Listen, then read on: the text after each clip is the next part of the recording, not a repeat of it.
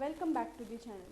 Today in this video tutorial we will study about the different cell organelles which are present inside a eukaryotic cell. So eukaryotic cell के अंदर जितना भी cell organelles present रहता है वो सब के बारे में हम लोग डिटेल्स में डिस्कस करेंगे. So सबसे पहला cell organelle है जो हम लोग डिस्कस करेंगे वो है एंडोप्लाज्मिक रेटिकुलम. एंडोप्लाज्मिक रेटिकुलम क्या है?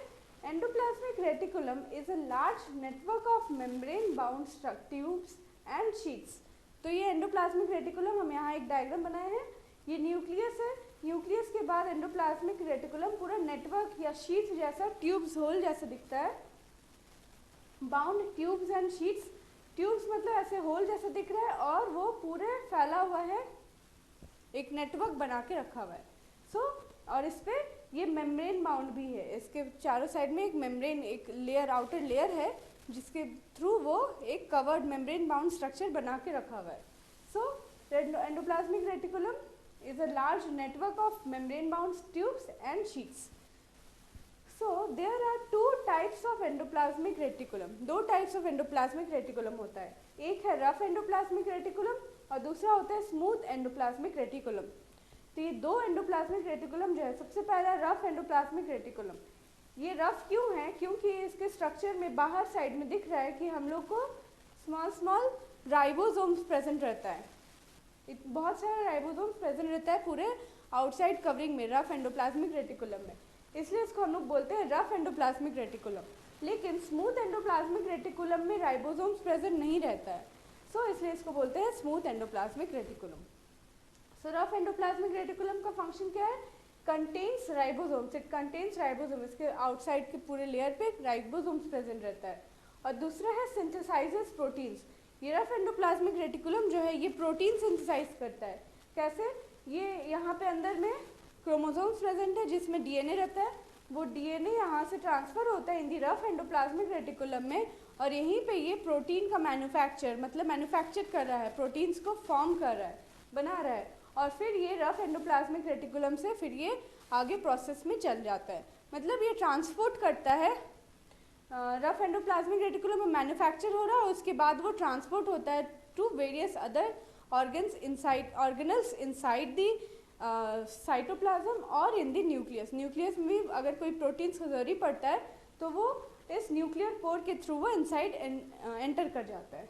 सो ये है mainly synthesises proteins. Rough endoplasmic reticulum जो है प्रोटीन सिंथेसाइज कर रहा है. लेकिन smooth endoplasmic reticulum do not contains ribosomes. इसमें राइबोसोम्स प्रेजेंट नहीं रहता है आउटसाइड सरफेस में. सिंथेसाइजेस लिपिड्स और फैट मॉलिक्यूल्स. ये smooth endoplasmic reticulum fat molecules या लिपिड्स को ही फैट मॉलिक्यूल्स बोलते हैं, उसका सिंथेसाइज मतलब उसका मैन्युफैक्चर कराता है. उसके बाद फिर वो पूरे सेल ऑर्गेनल्स में ट्रांसपोर्ट होता है या फिर प्लाज्मा मेम्ब्रेन में ट्रांसपोर्ट होता है क्योंकि प्लाज्मा मेम्ब्रेन जो है लिपिड्स और प्रोटीन्स का बना हुआ है, या फिर न्यूक्लियस के अंदर भी ये एंटर कर जाता है. तो मेनली ये मैन्युफैक्चर करता है लिपिड्स और फैट मॉलिक्यूल्स. नेक्स्ट है detoxify many poisons and drugs. तो ये स्मूथ एंडोप्लाज्मिक रेटिकुलम जो है ये डिटॉक्सिफाई कर देता है पॉइजन्स और ड्रग्स को. कोई भी पॉइजन्स या ड्रग्स जो फॉर्म हो रहा है इनसाइड द बॉडी उसको वो डिटॉक्सिफाई कर दे रहा है. सो ये है एंडोप्लाज्मिक स्मूथ एंडोप्लाज्मिक रेटिकुलम का फंक्शन. अब एंडोप्लाज्मिक रेटिकुलम का फंक्शन क्या है कि सबसे पहला फंक्शन क्या है कि ये लार्ज नेटवर्क ऑफ मेम्ब्रेन बना रहा है. मतलब ये एक लार्ज नेटवर्क बना रहा है, फ्रेमवर्क ऑफ द नेटवर्क. और दूसरा क्या है कि एंडोप्लाज्मिक रेटिकुलम में ही जो भी प्रोटीन्स या फिर लिपिड्स या फैट मॉलिक्यूल्स बन रहा है इसको वो ट्रांसपोर्ट कर रहा है. ट्रांसपोर्ट करे कहाँ? Inside the cytoplasm. साइटोप्लाज्म के अंदर में ही ट्रांसपोर्ट हो रहा है from one organelles to other, या फिर प्लाज्मा मेम्ब्रेन जो लेयर है, प्लाज्मा मेम्ब्रेन का लेयर, उसमें वो जाके सिंथेसाइज, उसमें वो जाके अपना प्रोडक्ट सेंड कर रहा है. या नहीं तो फिर वो अपने जो भी बन रहा है प्रोटीन्स और फैट्स ये न्यूक्लियस के अंदर जा रहा है. तो ये इसका मेन फंक्शन है एंडोप्लाज्मिक रेटिकुलम का.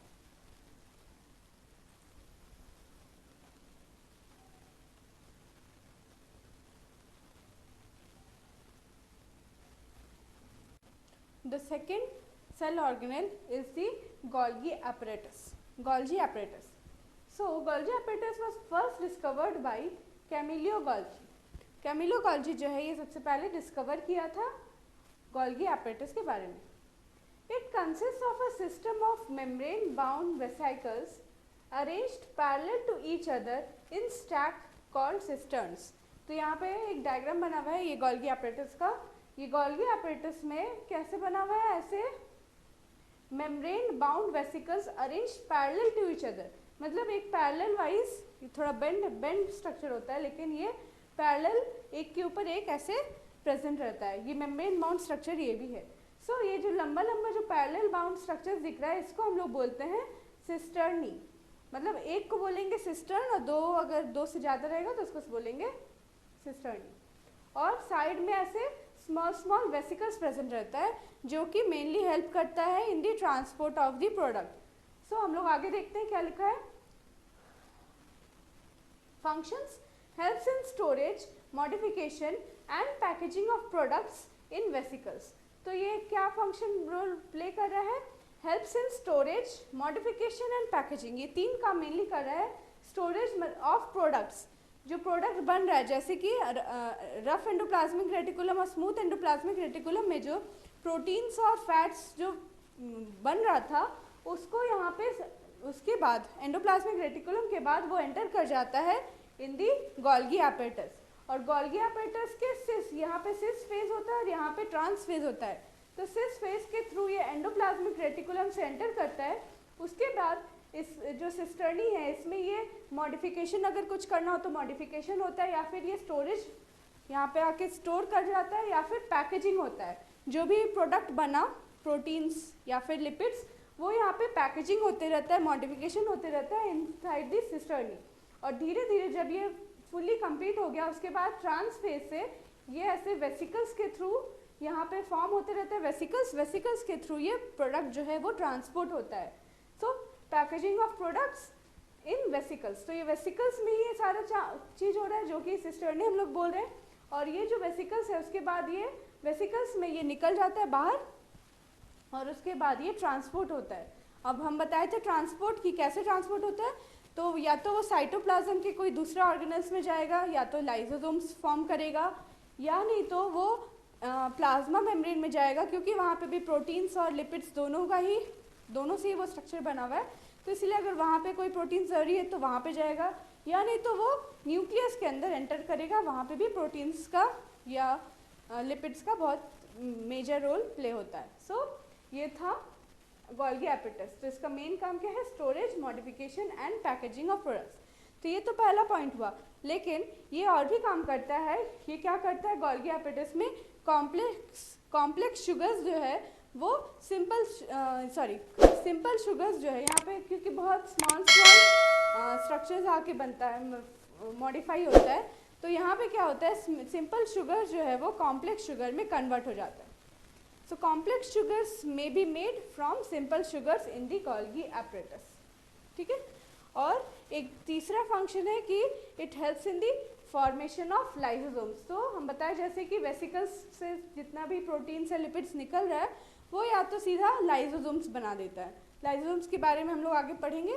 तो ये सब था major functions of the Golgi apparatus. The next cell organelle is the lysosomes. So, lysosome is a membrane-bound organelle that contains digestive enzymes. तो ये लाइसोसोम का स्ट्रक्चर है, ये एक मेम्ब्रेन बाउंड स्ट्रक्चर है, डबल मेम्ब्रेन बाउंड स्ट्रक्चर, और इसके अंदर जितना भी प्रोटीन्स या एंजाइम्स प्रेजेंट रहता है उसको हम लोग बोलते हैं डाइजेस्टिव एंजाइम्स।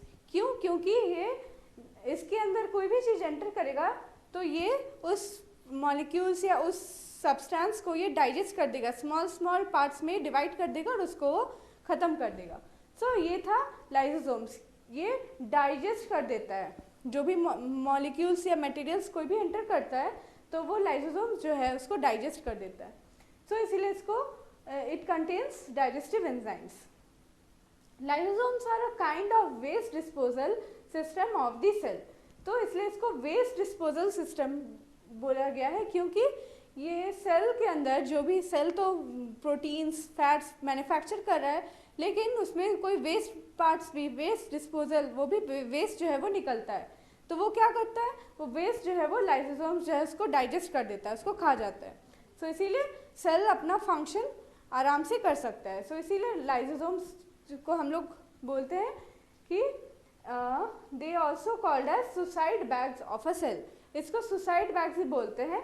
सुसाइड बैग्स का मतलब अलग है, लेकिन लाइसोसोम्स जो है वेस्ट डिस्पोजल को ख़त्म कर रहा है, मतलब वो जो वेस्ट प्रोड्यूस हुआ है इनसाइड द सेल उसको वो खा रहा है। लेकिन साथ में क्या करता है कि अगर कोई भी बैक्टीरिया या वायरस एंटर कर गया है इनसाइड द सेल और उसको डिटेक्ट कर लिया गया है, तो लाइसोसोम जो है उस बैक्टीरिया या वायरस को अपने में, बैक्टीरिया वायरस या कोई भी माइक्रो ऑर्गेनिज्म एंटर किया तो लाइसोसोम के अंदर वो एंटर कर जाता है और उसको फिर वो डाइजेस्ट कर लेता है। लाइसोसोम के अंदर बहुत ही एसिडिक मीडियम प्रेजेंट रहता है, जिसमें मैक्सिमम जितना भी माइक्रो ऑर्गेनिजम्स है वो रेजिस्ट नहीं कर पाता है, वो मर जाता है inside the lysosome. Third point है, they are also called as suicide bags of the cell. Suicide bags क्यों बोलते हैं? क्योंकि लाइसोसोम क्या है कि वो कोई भी वेस्ट या कोई भी मॉलिक्यूल्स को वो उसके अंदर अगर एंटर कर गया, डैमेज पार्ट कोई भी खराब चीज़ है तो वो उसको खा जाता है। लेकिन अगर सेल में तो बहुत सारा ऑर्गेनेल्स प्रेजेंट है, कोई भी सेल के अंदर कोई भी ऑर्गेनेल्स अगर फंक्शन करना बंद कर दे, फंक्शन नहीं कर पा रहा है, अच्छा से रोल प्ले नहीं कर पा रहा है, तो ये लाइसोसोम क्या करेगा, उसको भी खा जाएगा, उसको भी डाइजेस्ट कर देगा। तो इसीलिए क्या होगा, सेल के अंदर में भी जो सेल ऑर्गेनेल्स प्रेजेंट था उसको वो अगर ख़राब हो गया है तो उसको वो डिटेक्ट कर लेगा और उससे फिर वो उसको डाइजेस्ट कर देगा। तो इसीलिए उसको बोला जाता है suicide bags of a cell. Cell में भी अगर कुछ प्रॉब्लम होगा तो उस ऑर्गेनल्स को या उस मॉलिक्यूल्स को भी वो डाइजेस्ट कर देता है। तो इसीलिए इसको बोलते हैं suicide bags of the cell. तो एक और पॉइंट है कि ये जो एंजाइम्स या प्रोटीन्स ये जो बन रहा है लाइसोसोम के अंदर, ये मेनली सिंथेसाइज होता है through the rough endoplasmic reticulum. Rough endoplasmic reticulum में भी प्रोटीन्स बनता है, तो वो आकर के लाइसोसोम में अपना सिक्रीशन या अपना प्रोडक्ट ट्रांसफ़र करता है।